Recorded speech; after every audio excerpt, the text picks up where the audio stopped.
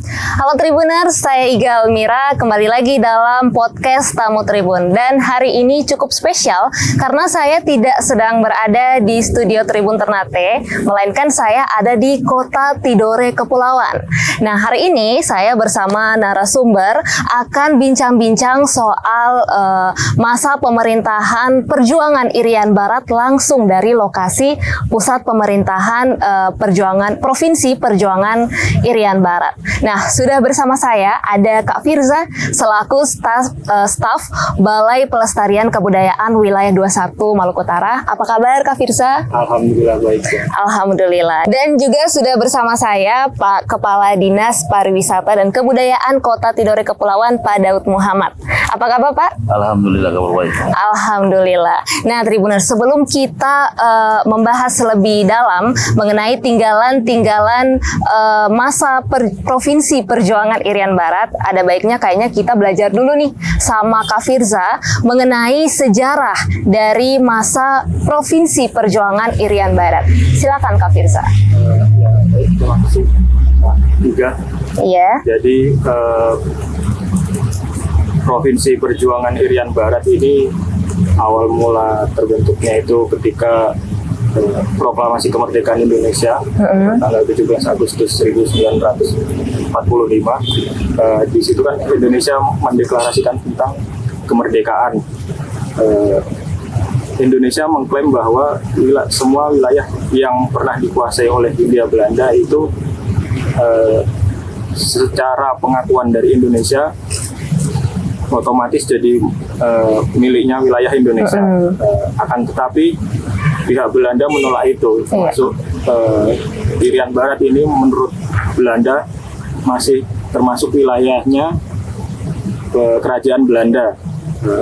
Proses perjuangannya itu kalau Indonesia dimulai dari perjanjian-perjanjian, ada perjanjian Linggarjati, perjanjian Renville, terus konferensi Meja Bundar kayak gitu, dan yang terakhir itu tahun 1962 tentang konferensi New York.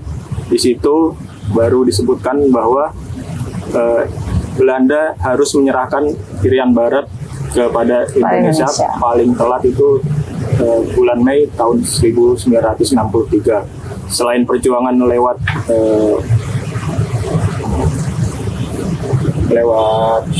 diplomasi, ada juga perjuangan lewat pergerakan agresi, yaitu kalau bisa kita lihat di sini ada pelabuhan Trikora, itu Trikomando Rakyat yang dipimpin oleh Maijen Soeharto atau Presiden kedua. Jadi pada tahun 1962 berdasarkan perjanjian New York itu disepakati bahwa Belanda harus menyerahkan Irian Barat pada Indonesia. Dan pada tahun 1969 diadakan PPRA, yaitu penentuan pendapat rakyat, dan rakyat Irian menyatakan lebih memilih untuk bergabung dengan Indonesia daripada berdiri sebagai negara sendiri. Jadi begitu sejarahnya. Oke, jadi akhirnya juga Presiden Soekarno, ini saya baca-baca sedikit ya dari materi yang dikirimkan, kalau Presiden Soekarno itu akhirnya membuat keputusan untuk membentuk pemerintahan Provinsi Perjuangan Irian Barat, yang pusat pemerintahannya itu di sini, di Kota Tidore Kepulauan. Nah, Kak Firza boleh jelasin dulu sedikit apa sih tinggalan-tinggalan dari pusat pemerintahan Perjuangan Irian Barat yang saat ini tuh masih ada di Kota Tidore Kepulauan? Berdasarkan hasil dari pendataan yang dilakukan oleh Balai Pelestarian Kebudayaan Wilayah 21, ada 4 lokasi yang merupakan tinggalan dari pemerintahan Provinsi Irian Barat. Yang pertama ini adalah di belakang ini, yang sekarang digunakan sebagai SMA 1, dulunya adalah bekas pusat pemerintahan dari Provinsi Irian Barat. Terus yang kedua ada di depan sana, yang sekarang dipakai sebagai rumah dinas perwira polisi, Polres Tidore. Itu dulunya juga digunakan sebagai rumah polisi, asrama polisi. Terus yang ketiga ada di samping itu Polsek Swasio. Itu dulunya ex dari Kepolisian Daerah Provinsi Irian Barat. Dan yang terakhir ada di antara Pengadilan Agama dan Pengadilan Negeri Kota Suasio itu ada rumah jabatan Gubernur Irian Barat. Yang pertama ya? Iya. Iya. Yang pertama. Jadi tinggalan-tinggalan ini yang ada mungkin Pak Daud kalau untuk saat ini tinggalan-tinggalan dari masa pemerintahan perjuangan Irian Barat ini untuk saat ini tuh pengelolanya siapa? Atau mungkin dari Dinas Pariwisata atau ada pengelola khususnya seperti apa Pak? Ya baik, terima kasih. Sebenarnya provinsi pertama di Barat yang di pusatnya ada di Suasio, Kota Tidore Kepulauan, khusus Kecamatan Tidore. Ada masih berupa peninggalan beberapa situs yang masih saat ini berada, yang telah disampaikan oleh Pak Dirja tadi bahwa memang betul bahwa Indonesia pada saat itu Presiden Soekarno menawarkan kepada Sultan Zainal Abidin Shah pada saat itu bahwa ada 3 opsi yang dia tawarkan, dan alhamdulillah Pak Sultan Zainal Abidin Shah tiga opsi itu antara lain opsi pertama Papua dan Tidore di bawah naungan bendera Belanda, opsi kedua Papua dan Tidore berdiri di atas kerajaan Belanda. Opsi pertama tadi itu bergabung dengan kerajaan Papua Merdeka dan Tidore. Kemudian opsi yang ketiga itu Indonesia, Papua bergabung dengan Indonesia dan dipilih opsi yang ketiga itu disampaikan oleh Pak Dirja masyarakat. Lalu kemudian pengelolaannya aset yang ada di sini ada beberapa aset termasuk dengan ini yang kita duduk ini. Ini SMA 1, kantor gubernur, lalu kemudian perumahan perwira Polres yang itu dikelola langsung oleh Polres Kota Tidore dan ada lagi kediaman Gubernur Irian Barat yang itu dikelola oleh pemerintah daerah terkelola dalam hal ini Dinas Kebudayaan dan Pariwisata. Jadi memang pengelolanya berbeda-beda seperti itu ya. Oke, nah kita balik ke Kak Firza lagi nih, mungkin bisa dijelaskan satu-satu soal tinggalan bangunan-bangunan yang ada di sini seperti apa tuh Kak? Saya jelaskan yang pertama itu ya Mbak, yang rumah dinas perwira kepolisian kota. Di situ ada 4 bangunan Mbak. Setiap bangunan itu tipenya rumah kopel, bangunan kopel. Jadi satu bangunan terdiri dari 2 rumah, dipakai untuk 2 rumah. Kalau dilihat dari atas itu tampak seperti huruf T. Jadi dibagi pas di tengahnya. Jadi kayak masing rumah itu berbentuk L. Di depan itu ada 2 ruangan, 2 kamar, terus ruang keluarga. Ini di setiap masing-masing rumah ya Mbak. Terus di belakang itu ada semacam dapur, terus ada gudang dan kamar mandi. Di sini yang unik itu dari setiap 2 rumah ini atau satu bangunan ini terdapat satu sumur bersama untuk dipakai oleh 2 rumah ini. Secara bersama. Ya, itu kalau untuk yang rumah perwira polisi itu ya. Perwira polisi itu. Saya tambahkan sedikit. Boleh Pak. Di samping itu dia punya struktur betonnya berbeda dengan beton yang sekarang. Kalau dulu itu dia punya struktur betonnya itu di dalamnya ada bambu anyaman yang ada di dalam. Kita tetok dari sini. Iya. Kemudian pelapis dengan beton dari luar. Ya, jadi dia semakin kuat. Ini kalau dalam posisi gempa ini tipenya ini lebih tahan daripada bandingan. Kalau dulu kita orang betul bilang istilahnya rumah kancing. Oke. Itu yang sampai sekarang masih ada.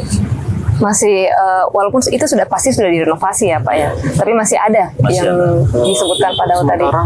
Yang tinggalan ini Mbak, ini masih asli dari dulu. Oh masih asli. Belum ada renovasi. Oke, tapi difungsikan. Kita Mbak, istilahnya pengetahuan nenek moyang kita. Ternyata udah bisa untuk mengantisipasi tentang gempa atau potensi ancaman rumah kancingnya masih ada. Masih ada. Jadi untuk peninggalan masa Provinsi Perjuangan Irian Barat untuk rumah perwira polisinya masih asli, belum direnovasi sampai saat ini. Dan juga kantor Polsek yang sekarang, ini dulu kantor Polres polisi pada saat itu dimasuk dengan Barat. Sekarang strukturnya masih ada, masih utuh sampai sekarang. Sampai sekarang. Mungkin yang selanjutnya pusat pemerintahan, tapi ini kan sudah jadi sekolah, itu seperti apa tuh Kak? Ya, kalau ini dulunya diperkirakan sebagai pusat pemerintahan ya Pak. Pusat perkantoran Irian Barat. Iya. Bangunan utamanya ini yang ada di depan ini Mbak, kantor gubernur gitu. Terus kalau yang di samping situ ada polsek dan juga satlantas. Iya. Itu dulunya bekas kepolisian daerah mungkin provinsi Irian Barat. Untuk bangunannya itu ada 2 bangunan. Yang pertama itu berbentuk U, seperti U itu. Kalau dilihat dari tampak depan itu seperti 3 bangunan, tapi kalau dilihat dari atas, atapnya itu masih menyambung, Mbak. Terus di belakang ada 1 bangunan lagi, itu mungkin ruang kerja. Kalau yang di sebelah sana tuh sekarang masih ada bekas semacam sel di sebelah utara. Oke. Tapi untuk sampai saat ini bangunan-bangunannya kan masih difungsikan. Ini jadi sekolah, terus yang di depan juga masih jadi rumah perwira polisi ya. Iya. Jadi kan bangunan-bangunan ini kan sudah difungsikan kalau untuk saat ini. Di antara bangunan-bangunan peninggalan Provinsi Perjuangan Irian Barat ini, adakah yang sudah dijadikan sebagai cagar budaya, Pak? Iya, untuk penetapan cagar budaya kita di tahun ini juga sudah bersidang dan kita menetapkan rumah perwira dengan bangunan kantor polsek ini dengan kediaman Gubernur Irian Barat. Itu di tahun ini juga kita sudah menetapkan penetapan sebagai situs ini cagar budaya, cagar budaya. Oke, itu pihak mana tuh yang berwenang untuk menetapkan cagar budaya? Ya, dia ada beberapa tahapan. Nanti kita bersidang, lalu kemudian di pemerintah Kota Kepulauan, kemudian mengusulkan ke pemerintah provinsi, sampai pemerintah provinsi sampai tingkat pada pemerintah pusat untuk menetapkan situs cagar budaya tersebut. Semuanya atau mungkin? Kita kemarin ada 15 titik yang sudah kita usulkan, 15 titik. termasuk dengan bangunan yang kita bicarakan hari ini, yaitu rumah perwira ditambah dengan kantor polisi. Kantor polisi. Kediaman gubernur. Kediaman gubernur. Oke. Nah, kita sudah mulai masuk mengenai cagar budaya, mengenai bangunan-bangunan yang ada di sini. Tapi mungkin kita bisa balik lagi ke Firza untuk jelasin dulu siapa sih gubernur pertama Provinsi Perjuangan Irian Barat. Seperti yang disebutkan Pak Kadis tadi di awal, Presiden Soekarno itu pada tahun 1959 itu berkunjung ke sini dan yang dijelaskan tadi memberi istilahnya pilihan pada saat itu Sultan Tidore, Sultan Zainal Abidin Shah, diberi 3 pilihan, apakah mau berdiri sendiri sebagai negara kesatuan tersendiri atau bergabung dengan Belanda atau bergabung dengan NKRI. Pada saat itu Sultan Zainal Abidin Shah lebih memilih untuk bergabung dengan Indonesia dan mungkin secara tidak langsung kemudian ditunjuk sebagai gubernur pertama untuk Provinsi Perjuangan Irian Barat ini. Ditunjuk sebagai gubernur itu masa periode dari 1957 sampai 1961. Oke, dan kediaman ex-gubernur pertama Provinsi Perjuangan Irian Barat itu adalah Kedatonici ya?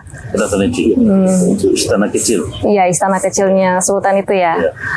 Oke, nah ada rencana dari pemerintahan bahwa peninggalan dari ex-pemerintahan Provinsi Perjuangan Irian Barat itu bakal dijadikan sebagai kawasan kebudayaan. Nah, itu rencananya seperti apa atau progresnya sudah seperti apa, Pak Daud? Ya, baik. Terima kasih. Ya.